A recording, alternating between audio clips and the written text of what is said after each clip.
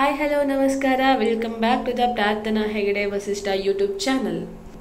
ಹಳ್ಳಿಯಲ್ಲಿ ಜೀವನ ಮಾಡೋರಿಗೆ ಗೊತ್ತಿರುತ್ತೆ ನಾನೀಗ ತೋರಿಸ್ತಾ ಇರೋ ವಿಡಿಯೋ ಏನಂತ, ಅದಕ್ಕೆ ಏನಂತ ಹೇಳ್ತಾರಂತನೂ ಗೊತ್ತಿರುತ್ತೆ. ಇದಕ್ಕೆ ನಾವು ಅಡಿಕೆ ಅಂತ ಹೇಳ್ತೀವಿ. ಈಗ ಎಲ್ಲರಿಗೂ ಹಳ್ಳಿಲಿ ಗೊತ್ತಿರೋ ಹಾಗೆ ಈಗ ಕೊನೆ ಕೊಯ್ಲಿನ ಸೀಸನ್ನು. ಬನ್ನಿ ಹಳ್ಳಿ ಸ್ಟೈಲಲ್ಲಿ ಕೊನೆ ಕೊಯ್ಲು ಯಾವ ರೀತಿ ಮಾಡ್ತಾರಂತ ನೋಡ್ಕೊಂಡು ಬರೋಣ.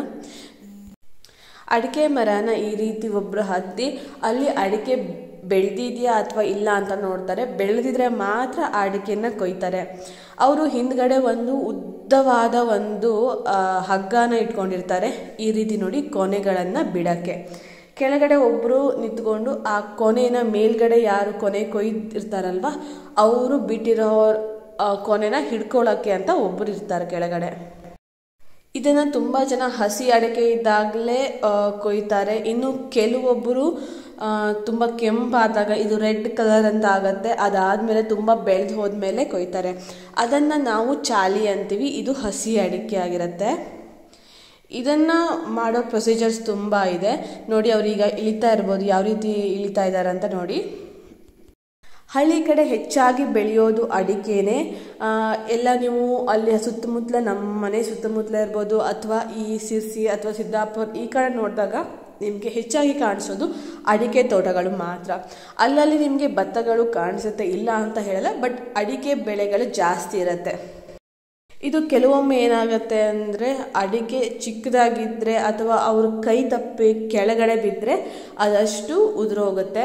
ಸೊ ನೀವು ಆಮೇಲೆ ಆ ಅಡಿಕೆನ ಹೆಕ್ಕೋಬೇಕಾಗುತ್ತೆ. ನಾವು ಅದಕ್ಕೆ ತೆರಿ ಅಡಿಕೆ ಅಂತ ಹೇಳ್ತೀವಿ. ಇದು ಹೊಸ ತೋಟ ಆಗಿರೋದ್ರಿಂದ ಮರಗಳನ್ನು ಹತ್ತಿ ಇಳಿದು ಮಾಡ್ತಾರೆ.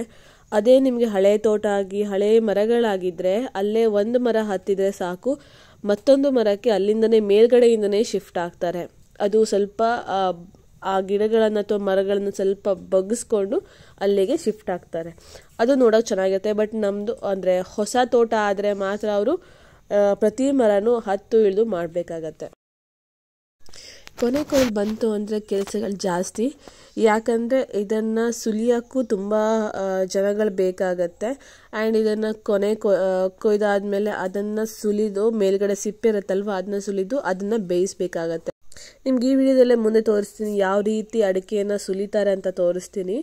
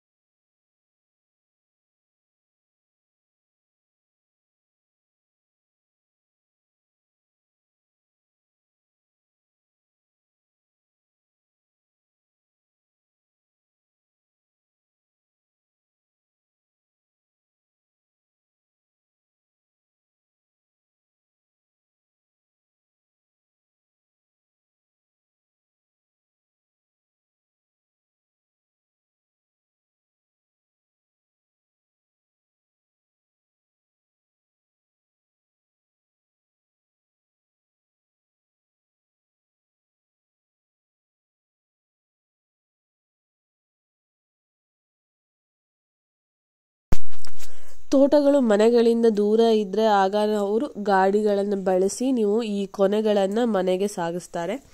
ಇಲ್ಲ ಅಂದರೆ ಈ ಥರ ನಿಮ್ಗೆ ತೋರಿಸ್ತೀನಿ ಮುಂದೆ ಯಾವ ರೀತಿ ಹೊತ್ಕೊಂಡು ಹೋಗಿ ಮನೆಗಳಿಗೆ ಕೊನೆಗಳನ್ನು ಹಾಕ್ತಾರೆ ಅಂತ. ಕೆಲವು ಕಡೆ ತುಂಬ ದೂರ ಇದ್ದರೆ ಮಾತ್ರ ವೆಹಿಕಲ್ಸ್ನ ಯೂಸ್ ಮಾಡೋದು. ಈ ರೀತಿ ತೋಟದಲ್ಲಿರೋ ಕೊನೆಗಳನ್ನು ಮನೆ ಬಾಗಿಲುಗಳಿಗೆ ಹಾಕ್ತಾರೆ. ನೋಡಿ ಆಲ್ರೆಡಿ ಹೇಳಿದ್ನಲ್ವ, ಇದೇ ರೀತಿ ಅಡಿಕೆ ಸುಲಿಯೋದು ಅಂತೀವಿ. ಈ ಥರ ಯಾವತ್ತು ಕೊನೆ ಕೊಯ್ದಿರ್ತಾರೋ ಅವತ್ತು ತೋಟದಲ್ಲೇ ಕುತ್ಕೊಂಡು ಸೊಲಿತಾರೆ. ಇಲ್ಲ ಅಂದರೆ ಮನೆಗಳ ಮುಂದೆ ನೀವು ಕೊನೆಗಳ ರಾಶಿಯನ್ನು ಹಾಕಿರ್ತಾರಲ್ವ, ಅಲ್ಲಿ ಹೋಗಿ ಕುತ್ಕೊಂಡು ಸೊಲಿತಾರೆ.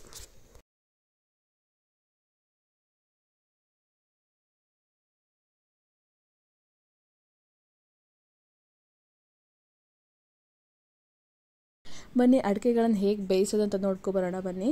ನೋಡಿ, ಈ ರೀತಿ ಬೆಂಕಿ ಹಾಕಿ ಅದರಲ್ಲಿ ನೀರು ಹಾಕಿ ಅಡಿಕೆಗಳನ್ನು ಹಾಕ್ತಾರೆ. ಅದು ಚೆನ್ನಾಗಿ ಕುದಿ ಬರಬೇಕು ಆ್ಯಂಡ್ ಅದು ಚೆನ್ನಾಗಿ ಬೆಂದ ಮೇಲೆ ಅಡಿಕೆಗಳನ್ನು ತೆಗಿತಾರೆ.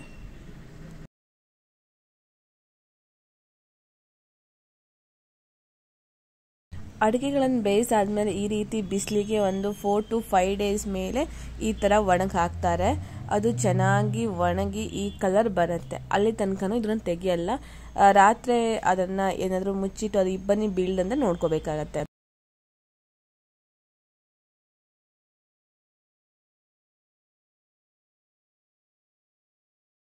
ನೋಡಿ, ಇದೇ ರೀತಿ ಇರುತ್ತೆ ಹಳ್ಳಿ ಲೈಫು.